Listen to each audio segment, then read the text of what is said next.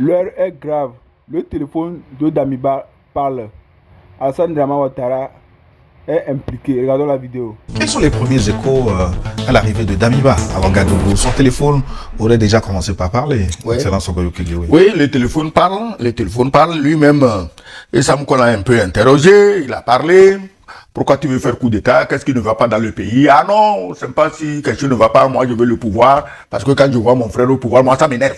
Et je veux le pouvoir. Peu importe si les gens meurent, c'est pas mon problème. Moi je veux le pouvoir. Je vais prendre toutes les machines que Traoré a achetées, je les vends.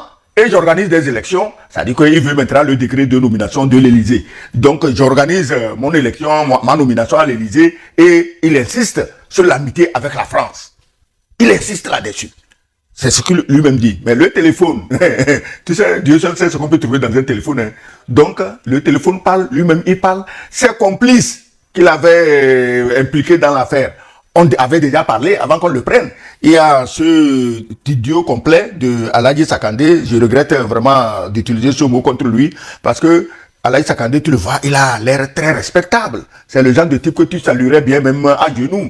Il dit non, lui n'est pas impliqué, que lui il a juste transmis l'argent. On voit que maintenant c'est lui qui faisait les repérages de la maison de Ibrahim Traoré.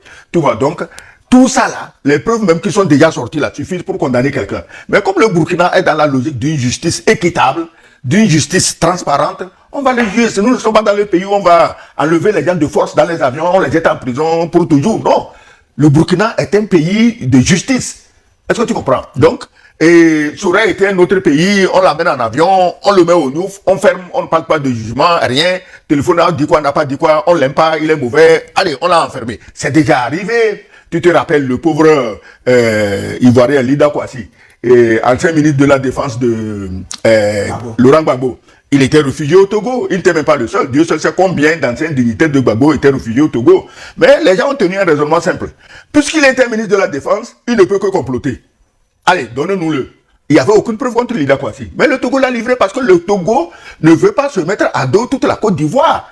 Bon, on l'amène, on va le juger. Mais ici, les crimes de Damiba réfugié à Lomé sont immenses. Parce que toutes les tueries, quand tu prends Djibo, son nom est sorti, Bassalogo, son nom est sorti, toutes les autres tueries au Burkina, le nom de Damiba sort toujours. Et soutenu par ces communicants qui sont réfugiés là où tu sais. Donc, aujourd'hui, les communicants là, c'est eux encore qui sont montés au créneau pour dire non, on ne devait pas l'extrader. Donc le Togo va le laisser. Il va déclencher des tueries. Ce que Damiba faisait, ce n'était pas un simple coup d'État. Damiba voulait nous organiser un autre Rwanda en Afrique de l'Ouest. Parce que si c'était un simple coup d'État, à partir du moment où il est sûr de lui, qu'il peut venir à bout du capitaine, dis-moi pourquoi on positionne des groupes terroristes, des armes éparpillées dans tous les villages, on positionne d'autres sur les frontières, on fait venir des mercenaires blancs. C'était pourquoi? Parce qu'il sait que s'il touche à Traoré, la population va le lyncher vivant. Alors, il a amené tout ce qu'il faut pour massacrer cette population et lui, il va s'asseoir comme président. Pendant combien de temps tu vas t'asseoir comme président? Donc Damiba voulait déclencher un autre Rwanda et le Rwanda, ce qu'on ne vous dit pas, on dit qu'il y a eu 1 million de morts, Tutsi et Hutus. Malheureusement, souvent on oublie de dire que les Hutus sont morts au Rwanda, Tutsi et Hutus. Mais après, le Rwanda en a profité pour rentrer au Congo et tuer au moins 10 millions de personnes. Personne n'en parle. Il faut lire les livres de Charles Onana. Tu comprendras tout. Donc, c'est ce que Damiba voulait préparer. Et ce qui me surprend, les chefs d'État qui s'agitent là, ils croient que leur pays serait à l'abri. Je ne crois pas. Luc Kabaki, l'arrivée à Ouagadougou de Damiba, les interrogatoires qui ont commencé, le téléphone qui commence par parler, confirment un peu tout ce qui se dit jusque-là. Des mercenaires planqués à Ouagadougou, des caches d'armes, des réseaux de financement depuis l'étranger, une série de dossiers noirs qui fait froid dans le dos. Non, c'est pas surprenant. Je ne sais pas si dans le téléphone de Damiba, on a déjà commencé à récolter des informations ou pas, mais ce qui est sûr, c'est que les seuls témoignages des complices de Damiba, tous les acteurs qui étaient impliqués, qui ont été arrêtés, qui étaient impliqués dans le projet de coup de arrestations continuent d'ailleurs. Et qui ont témoigné, c'était largement suffisant pour qu'on comprenne le niveau de perversité de ces gens-là. Oui, mais son arrivée... Et donc son arrivée, d'ailleurs même, avant même que le téléphone ne parle, quand vous analysez de près, vous n'êtes pas étonné par l'enflure médiatique que sa seule extradition a créé dans les réseaux sociaux et comme partout dans la sous-région. Ça veut dire que si les gens s'agitent autant, c'est sans doute parce qu'ils savent que l'arrestation et l'extradition de Damiba vont créer un déclic incroyable en termes de révélation des vérités et de conspiration contre le régime d'Ibrahim Traoré. C'est ça la vérité. Et donc, on dit qu'il y a des caches d'armes, qui est en tout cas tout un travail de subversion pour démolir l'État burkinabé n'est pas étonnant. Je suis convaincu qu'avec l'arrestation de Damiba et avec toute la procédure, les arrestations, les interpellations qui sont sur la base des éléments d'information dont disposent les services de renseignement burkinabé, on va être ahuri de constater le niveau d'implication de certaines personnes dans cette sous-région-là et même au plan international. Et c'est ça, c'est contre ça que les pays de l'AES ont décidé de lutter depuis plus de 5 ans déjà et qui explique que nous sommes engagés derrière eux parce que sans ça, nos États vont rester toujours dans la vassalité, dans l'instabilité, dans l'ingouvernance, de sorte que les impérialistes, qui vont alors régner toujours en triomphe, en pillant librement nos ressources, en nous traitant comme ils veulent, et pourtant, toute leur économie repose pour l'essentiel sur les ressources dont nous disposons ici. Mais jusqu'à quand on doit accepter cela? Donc je pense que toute l'agitation qu'il y a autour de cette question d'arrestation et d'extradition de Damiba rend compte largement du niveau, en tout cas, de conspiration. Merci beaucoup à son Excellence, M. Faure Gnassingbé, le président du Togo. 100 ans de bénédiction, 100 ans de protection. Vous êtes bénis. Merci beaucoup encore aux autorités togolais. Merci beaucoup et félicitations à son Excellence, M. Faure Gnassingbé. Oui, vous avez fait fort. C'est lui qu'on appelle président. Président digne, intègre et souverain. Kato, merci d'avoir extradé Paul-Henri Sandaogo Damiba. Merci beaucoup. 100 ans de protection sur vous et sur vos familles. 100 ans de bénédiction sur vous. Plus de bénédiction sur vous. Wallahi Bilay. Dieu n'a qu'à enlever 2 ans sur la vie de Gouroussi pour M. Faure Gnassingbé. Dieu n'a qu'à enlever 5 ans sur la vie de tous les Yatsé pour M. Faure Gnassingbé. Kato, merci beaucoup encore. Merci beaucoup. Peuple togolais, vous êtes bénis. Remerciez votre président, son Excellence, M. Faure Gnassingbé, de nos parts encore. Aidez-nous à demander merci à M. Faure Gnassingbé. Voilà. Merci beaucoup. Merci avec grand M. M. Faure Gnassingbé, c'est un grand homme. C'est un grand président que vous voyez là.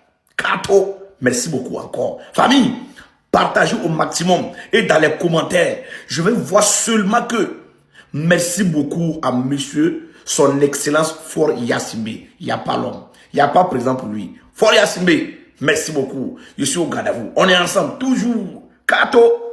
Je vois beaucoup de vidéos, des gens font panel pour remonter contre le président du Togo en disant que ce n'est pas correct, pourquoi il a accepté de livrer Damiba. Je pense que la question, ce n'est pas pourquoi il a extradé Damiba. Le problème, c'est que les gens sont paniqués actuellement. Parce que Damiba, aujourd'hui, là, quand on va interroger Damiba, ce n'est pas Damiba seul qui va tomber. Il aura des noms, les noms des complices. Vous serez surpris de voir les noms que Damiba va mentionner. Voilà pourquoi les gens sont en panique présentement. Sinon, remettons les choses dans le contexte. Lorsque Damiba est parti au Togo, il a demandé l'asile, on l'a donné l'asile.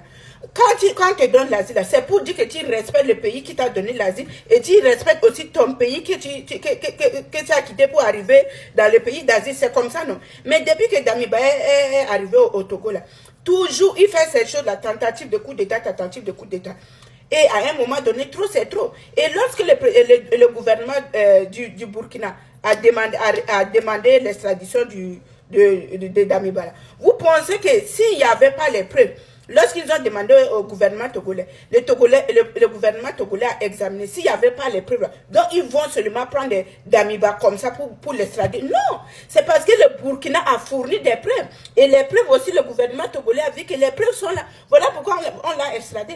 Vous êtes paniqué pourquoi? Vous êtes paniqué pour... Vous voulez qu'on fasse quoi?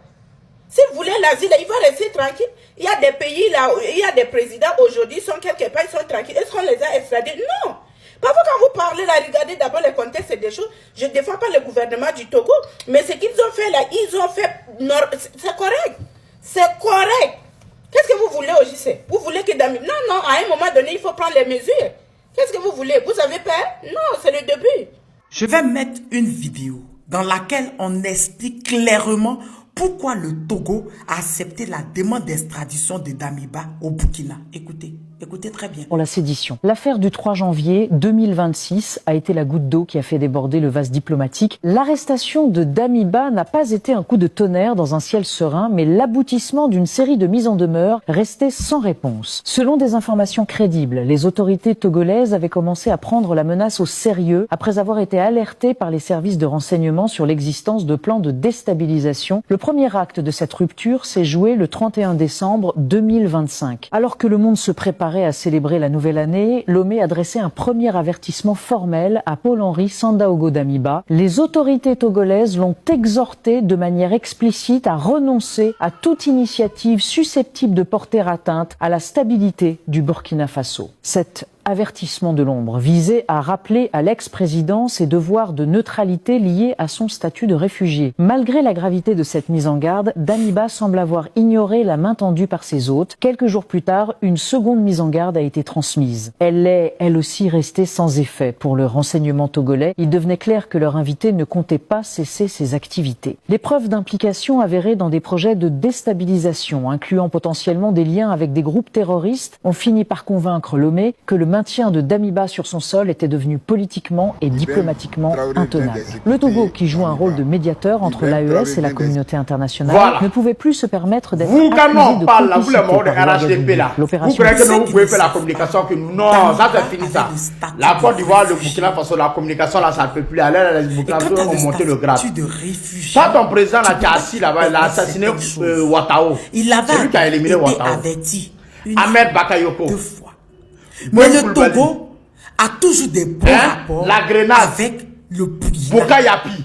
Disons avec la Regarde le nombre de gens qu'il a assassiné, il a enlevé la vie. Il n'est pas qu'on dise. Bokayapi. Parce que nous, la même rébellion en Côte d'Ivoire. À le penser, on il y a disait, combien de millions de personnes qui sont mortes à Diogo? L'année dernière, combien de personnes qui sont mortes à Daloa? était impliqué combien dans un de truc personnes comme qui ont tué cela. à Et Ford Abedou? ne l'a pas envoyé parce que le Il y a capitaine combien de personnes Ibrahim assassinées à dans une Boaké? interview avait dit qu'ils ont demandé son Tous extradition ces millions de personnes au qui sont Togo. mortes là, c'est à cause de Alassane Dramane Ce n'est pas Ouattara. qu'on puisse penser qu'il est complice de Damiba. Celui qui a créé la rébellion. Et que chez lui, le Togo est une base à Est-ce que tu attends? déstabiliser le Togo. Général Kéhi qui est mort là, c'est Il a ado. décidé de jeter le colis.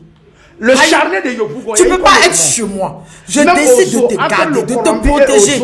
Tu as mes frères. Et Gadis, Saint-Joseph de Gadis, là. Au milieu là-bas, là. C'était la forêt au Colombie, là. Il y a eu une charnier là-bas. Les RSDP, ficher la paix à Fort Yassine. Des milliers de gens, même il a fait ce qui est bien. Il a transformé plus de 20 millions de jeunes de David Damiba est condamné en venant. Les gens sont là. Ah bon, qui le faisait? Il pensait que quoi, il allait pas être condamné.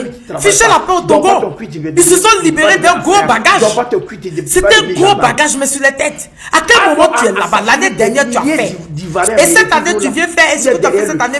Cette année, mais c'est pire. Vous pensez que le Togo a envie d'être appelé base arrière pour déstabiliser un pays? Ce que Fort a démontré, c'est qu'il ne veut pas qu'on dise que on a toujours dit vous ne pouvez pas faire la communication. Et Mathieu Bonga dit que le Togo est le médiateur. On te rembourse en même temps directement. Ils l'ont prévenu plusieurs fois. S'il n'a pas écouté, c'est son problème. Il va payer les conséquences de ses actes. C'est simple comme bonjour. On l'a prévenu. Il était à leur frère. Il était au frère du gouvernement togolais. À quel moment il se permet d'aller vouloir déstabiliser son pays? Dans le statut de réfugié, dans les clauses, il n'y a pas ça dedans. Pour ceux qui ne savent pas, il n'y a pas ça dedans. Donc, la raison pour laquelle le Togo a accepté d'extrader Damiba, c'est ça. Le Togo ne veut pas être mêlé à ces bêtises au fait. C'est tout. Point final. Donc vous pleurez, c'est pourquoi le RHDP, Damiba c'est votre parent. Il y a quoi et puis on ne respire pas. Fichez la paix au Togo, fichez la paix aux gens, on est fatigués de vous là. Personne ne réussira à sabrer la réputation et l'image de mon président tant que nous sommes en vie. Et j'ai comme l'impression que les gens ont la mémoire trop courte. Et comme ils font semblant de mourir, nous allons faire semblant de les enterrer. Que certains Ivoiriens, particulièrement des pro-ados, et d'autres acolytes et même certains activistes togolais, des apatrides, la classe politique de l'opposition et autres. Écoutez-moi très bien, surtout les Ivoiriens. Il y a de cela presque 15 ans, dans les années 2011, suite à la crise post-électorale, alors que l'homme politique Charles Blé Goudé s'était exilé au Ghana. J'espère que vous vous souvenez très bien. N'ayant pas connaissance des accords entre le Ghana et la Côte d'Ivoire, il pensait qu'il avait vraiment trouvé refuge et qu'il avait droit à l'asile. Soudain et contre toute attente, le jeudi noir pour Charles Blé Goudé, 17 janvier 2013, il fut malheureusement et spectaculairement extradé en Côte d'Ivoire, enfermé, puis traduit à la CPI, qui, en Afrique, au Togo, avait condamné son Excellence M. Alassane Dramane Ouattara, ou le président du Ghana à cette époque, pour avoir extradé M. Charles Blé Goudé. Aujourd'hui, c'est le tour de Damiba, du président Faure et du capitaine Ibrahim Traoré. On trouve ça anormal. Une affaire qui ne vous concerne même pas. Damiba, à ma connaissance, n'est pas ivoirien. Et de quoi je me mêle? Ou bien c'est celui qui vous dirige qui serait burkinabé. Attention, je ferme ma vilaine bouche. Surtout pas de débordement. Pourquoi c'est vous qui vous agitez, vous pleurez et vous roulez au sol? Deuxième fait. Souvenez-vous très bien, en juin 2025, alors que l'activiste politique journaliste béninois M. Auguste Komlan Sossoukpe s'était réfugié au Togo suite à ses critiques contre le régime du président Patrice Talon. Suite à une invitation que je peux qualifier ici de peau de banane en Côte d'Ivoire. Notons de passage que M. Komlan Sossoukpe jouissait d'un statut de réfugié politique au Togo depuis 2019. Et ce n'est qu'en 2025, 6 ans plus tard, qu'il s'est rendu en Côte d'Ivoire suite à une invitation officielle et formelle du ministère ivoirien de la transition numérique et de la digitalisation pour couvrir un événement officiel. À son arrivée à Abidjan, il fut accueilli par des officiels. Et après l'événement qu'il a brillamment couvert, il fut lâchement, malheureusement, enlevé manu militari le 10 juillet 2025 aux alentours de 22 h de sa chambre d'hôtel par des agents cagoulés, masqués, armés pour une destination inconnue que les gens appellent injustement et abusivement arrêtés ou interpellés, plongeant ainsi le monde des médias et des organes onusiens sur les réfugiés dans un profond et long silence. Plus tard, et contre toute attente, il fut extradé par l'État ivoirien, notamment son Excellence M. Alassane Dramane Ouattara, vers le Bénin. Ça s'appelle refouler un individu vers un danger. Et une fois au Bénin, il fut conduit directement en prison. Notons également que le fait qu'il n'avait pas eu l'autorisation du Togo avant de sortir de ses frontières pour se rendre en Côte d'Ivoire, il n'a pas pu bénéficier de la couverture de l'État togolais et surtout de ses droits de réfugié politique au Togo. Alors, peuple togolais, peuple de l'AES, digne peuple africain, analysez ces événements qui se sont succédés en Afrique et mettant en cause l'État ivoirien. Et personne n'en avait trouvé un scandale. C'est autour du président Faure, avec la question de Damiba, qui d'ailleurs représentait toujours une menace contre son pays d'origine comparativement à ces deux cas que nous venons de citer, que vous avez trouvé que le président Faure aurait mal fait d'extrader ce danger afin qu'il réponde de ses actes. Réfléchissez. Cependant, on a tout compris. L'enfer, c'est pour les autres, n'est-ce pas? Quand il s'agit de vous, c'est normal. Lorsque c'est vous qui extradez même des personnes inoffensives, vulnérables, là-bas c'est le droit, c'est normal, c'est légitime. il n'y a pas de problème.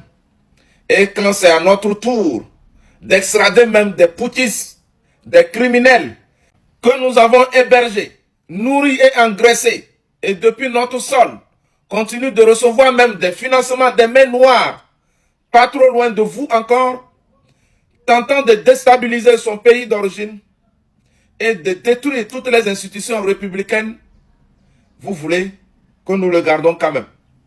Quelle injustice!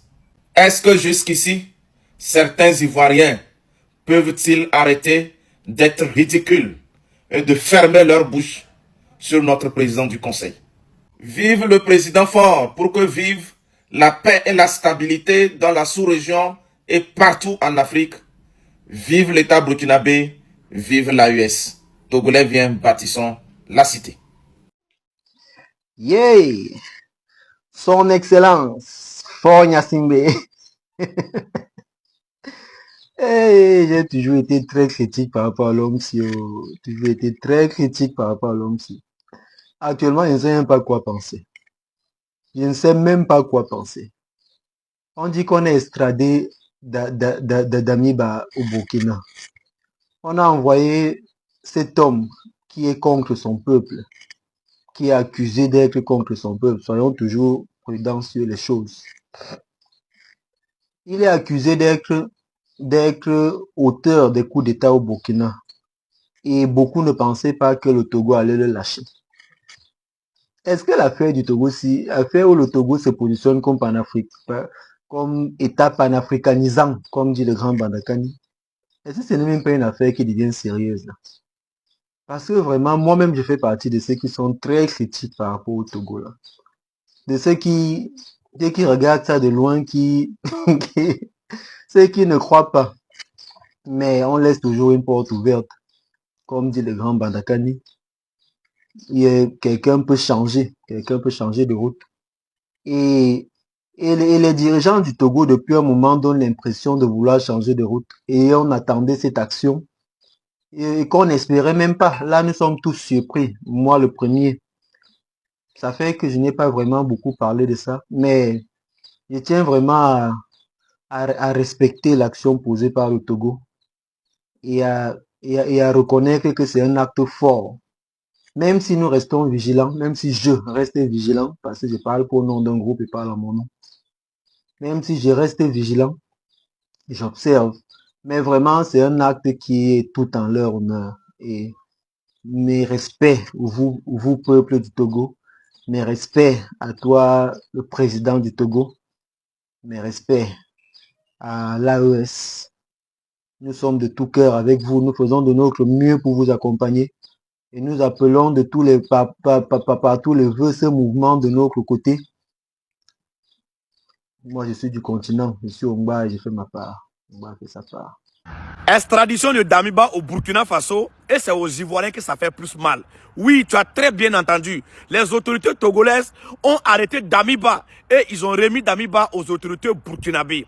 Ça veut dire que Damiba a été officiellement extradé au Burkina Faso. Mais c'est à la Côte d'Ivoire que ça fait plus mal. Je n'ai pas compris la partie.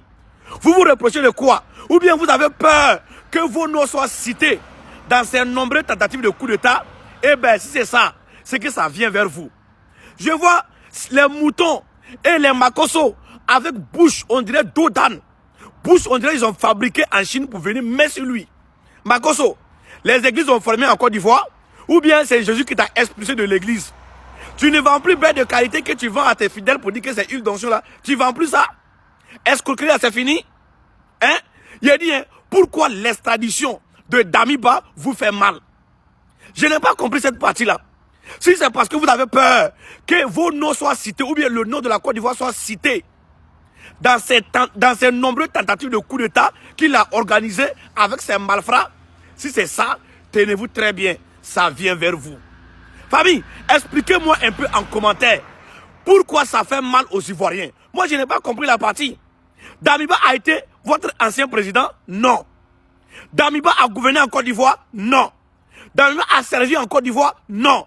Pourquoi l'extradition de Damiba vous fait mal? Jusqu'à je vois c'était influenceurs ivoiriens qui s'acharnent sur le Togo, d'autres sur le Burkina Faso. Vous n'avez quel problème? Vous n'avez quel souci? Hein? Content, n'a pas content, content quand même. Que vous êtes content ou pas, Damiba est extradé au Burkina Faso. Mais pour vous, là, il n'y a pas compris.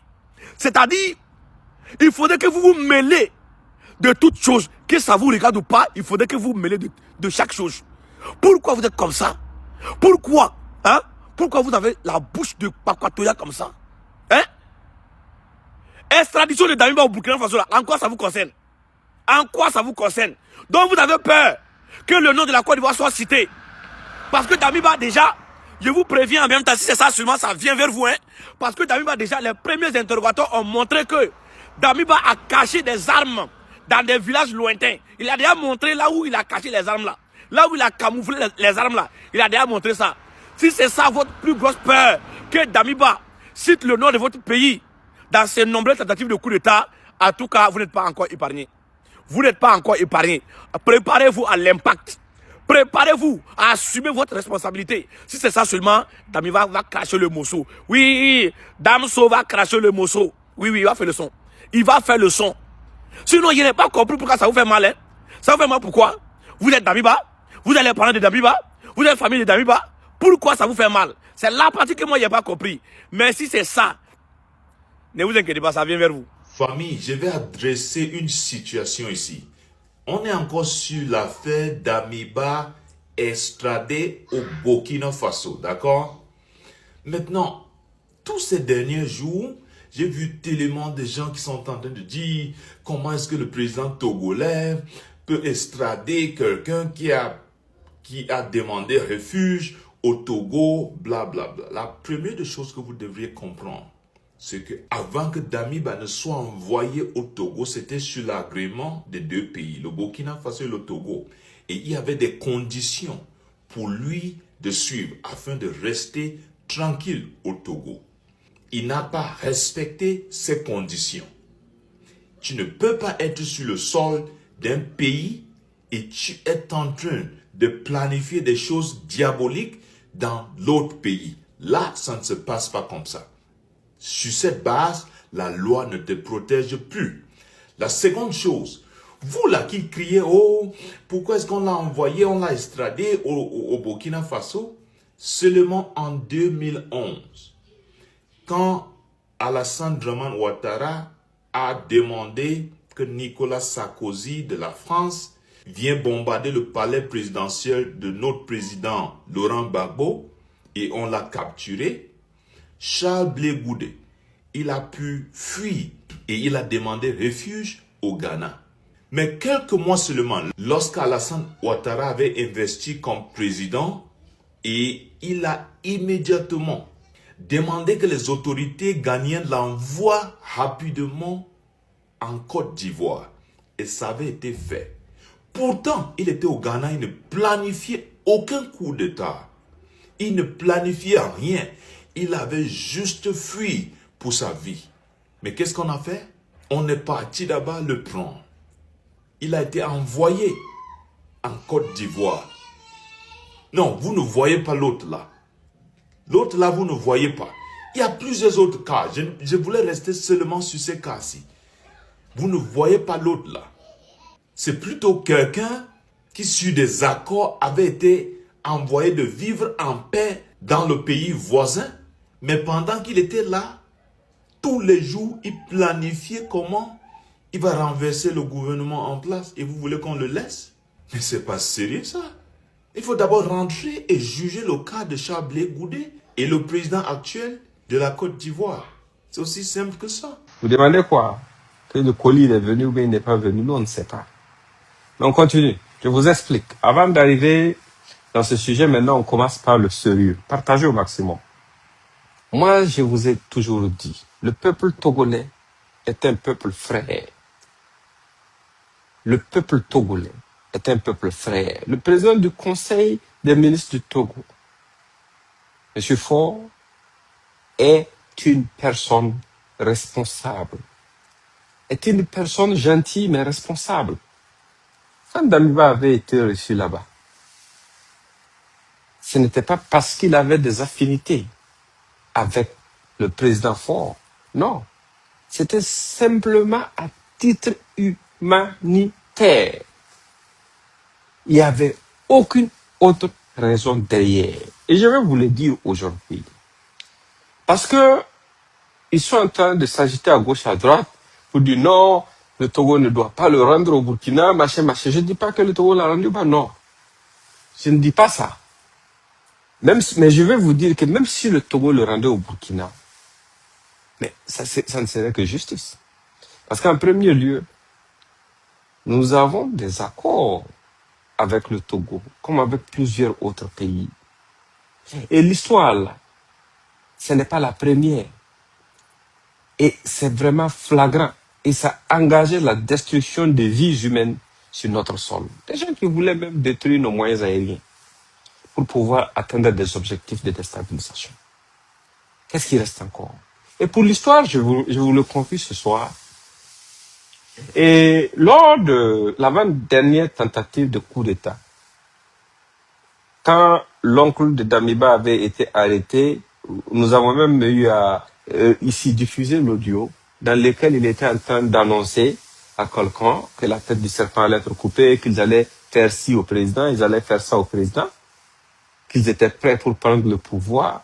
Quand cette affaire est arrivée, les premiers responsables du gouvernement du Togo ont assis Damiba et ils lui ont dit que ce soit la première et la dernière fois que depuis ton exil, où on te prend en charge, où on assure ta sécurité, que ce soit la première et la dernière fois que depuis cet exil, tu utilises notre sol pour vouloir déstabiliser un pays frère. Ils le lui ont dit. Et ils lui ont fait prendre des engagements. Et ce jour, Damiba a juré que le jour qu'on va le prendre la main dans le sang, en train de comploter contre notre pays encore, que lui-même là, il est d'accord qu'on n'a qu'à le rendre au Burkina. Ça, ce sont ses engagements, lui-même ses engagements vis-à-vis du peuple togolais, à travers le gouvernement togolais. Mais il est qui? Il est Dieu? Les gens s'agitent pour dire non, en fait, c'est la CEDEAO qui, machin. Quelle CEDEAO? Quelle CEDEAO? Quelle CEDEAO? Le Burkina n'est même pas membre de la CEDEAO. Le Burkina n'est pas membre de la CEDEAO. Et les accords entre le Togo et le Burkina, ce sont des accords en pays souverain. Être membre de la CEDEAO ne fait pas perdre à un État sa souveraineté. Même le Togo, qui est membre de la CEDEAO, est un État souverain, qui est libre de collaborer avec qui? Sur la base du fonctionnement de son système judiciaire et sur la base des éléments de preuve, d'apprécier une situation donnée et d'en donner suite ou non. Ceux qui dirigent le Togo, ce sont des gens expérimentés, intelligents. Parce que le Togo a toujours servi de terre d'accueil à tous ceux qui voulaient vraiment un peu de paix. Mais ça n'a jamais servi de base arrière pour déstabiliser d'autres nations sous la couverture d'un asile, comme ce que nous on reproche à certains autres voisins. Donc, c'est pour vous dire que même si le Togo venait à le livrer au Burkina Faso, ce ne serait que justice. Parce que le Togo, même s'il le faisait, le ferait forcément dans un cadre légal. Et c'est normal, c'est ça les relations entre les États, c'est ça les relations entre les frères. Maintenant, j'ai un message pour vous, mes frères et sœurs. Vous savez, avec le refus du Togo de laisser son territoire servir de base arrière pour déstabiliser notre pays, je veux que vous notez bien cela et que vous passez le message et que vous vous préparez en conséquence. Des réseaux vont se former à l'international dans différents pays pour faire du Togo la cible d'une vaste campagne de désinformation. Pour faire du président du Conseil des ministres togolais, en l'occurrence le président Faure, la cible de beaucoup de campagnes de dénigrement. Vu que le Togo, plus d'une fois, nous a montré son amitié, sa sincérité et son attachement à nous, nos patries, il nous revient aussi d'être reconnaissants. Nous, patriotes de ces pays de l'AIS, en nous préparant pour répondre comme si on parlait de nos dirigeants quand les gens se mettent à attaquer le Togo. Voilà. Maintenant, vous insistez, vous demandez le colis il a, le colis il n'a pas. Ah, je ne sais pas de quoi vous parlez. C'est quoi un colis? Je ne sais pas. Voilà. Si vous voulez avoir les nouvelles de Damiba ou sa position, il faut demander à ces bons petits.